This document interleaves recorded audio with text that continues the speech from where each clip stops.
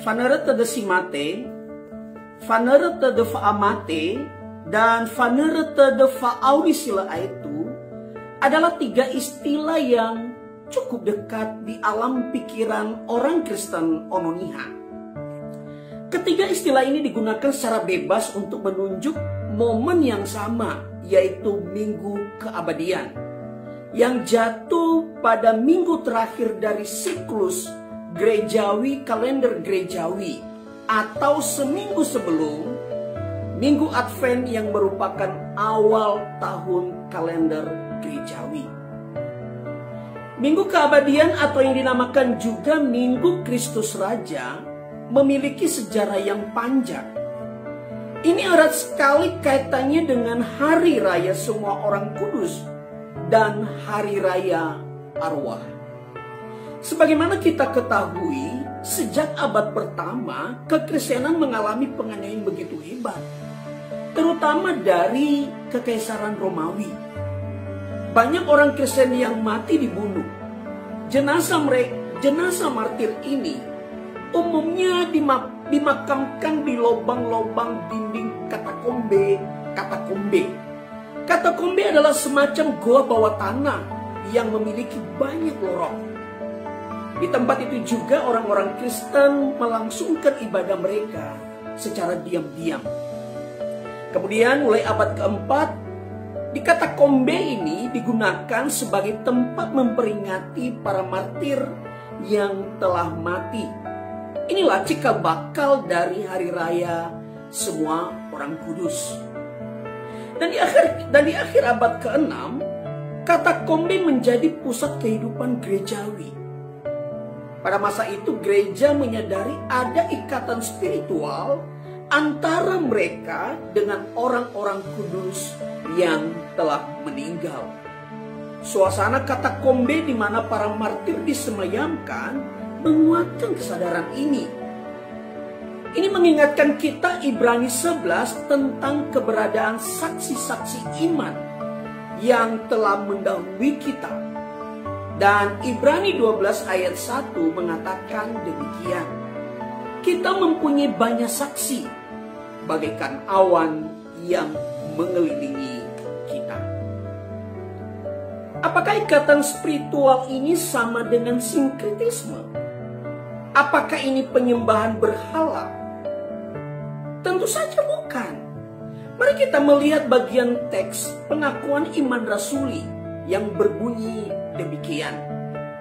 Aku percaya kepada Roh Kudus, gereja yang kudus dan persekutuan orang kudus. Frasa persekutuan orang kudus dalam bahasa Latin disebut communio sanctorum, yang menegaskan kesinambungan persekutuan umat Tuhan dari segala zaman, termasuk mereka yang telah meninggal dalam Kristus.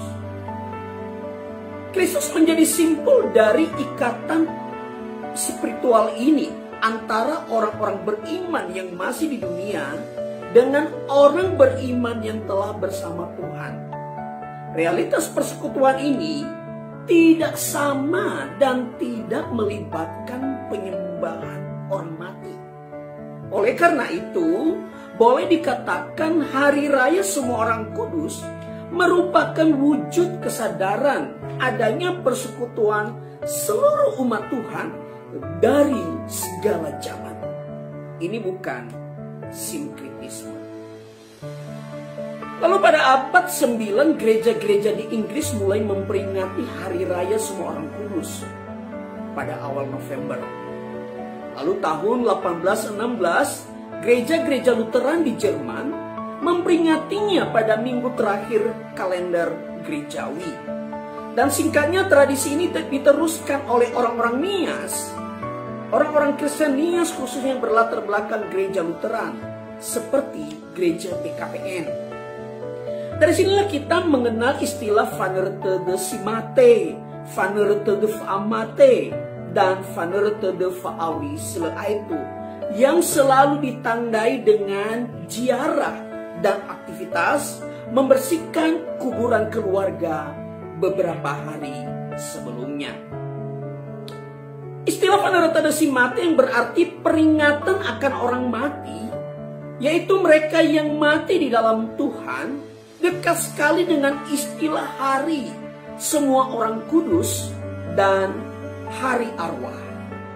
Namun latar belakang suku Nias yang pernah mempraktekkan penyembahan berhala terhadap penyembahan terhadap roh-roh nenek moyang sebelum mereka menjadi Kristen membuat istilah Phanerotadesi mati bisa tergelincir, disalahpahami seolah-olah boleh ada komunikasi antara orang hidup dan orang mati. Faktanya saat ziarah kubur tidak jarang ada orang Kristen yang mendoakan orang mati, atau sebaliknya meminta didoakan. Ini jelas salah. Karena potensi bahaya ini, maka gereja-gereja Nias memakai istilah lain, yaitu Phanerotadesi mati, yang artinya peringatan akan hari kematian. Pesan dari istilah ini hendak mengingatkan setiap orang yang masih hidup akan tiba hari kematiannya, hari di mana ia akan menyusul saudara-saudara seimannya yang telah mendahulunya. Dan istilah terakhir yang digunakan adalah Phanerotadesi, yang mana ini mengingatkan kita akan kehidupan kekal. Istilah ini melampaui pintu kematian, mengatasi alam kubur. Phanerotadesi itu mengarahkan kita pada tujuan akhir dari seluruh umat Tuhan, baik yang masih hidup maupun yang sudah meninggal, yaitu kehidupan kekal bersama dengan Kristus Sang Raja.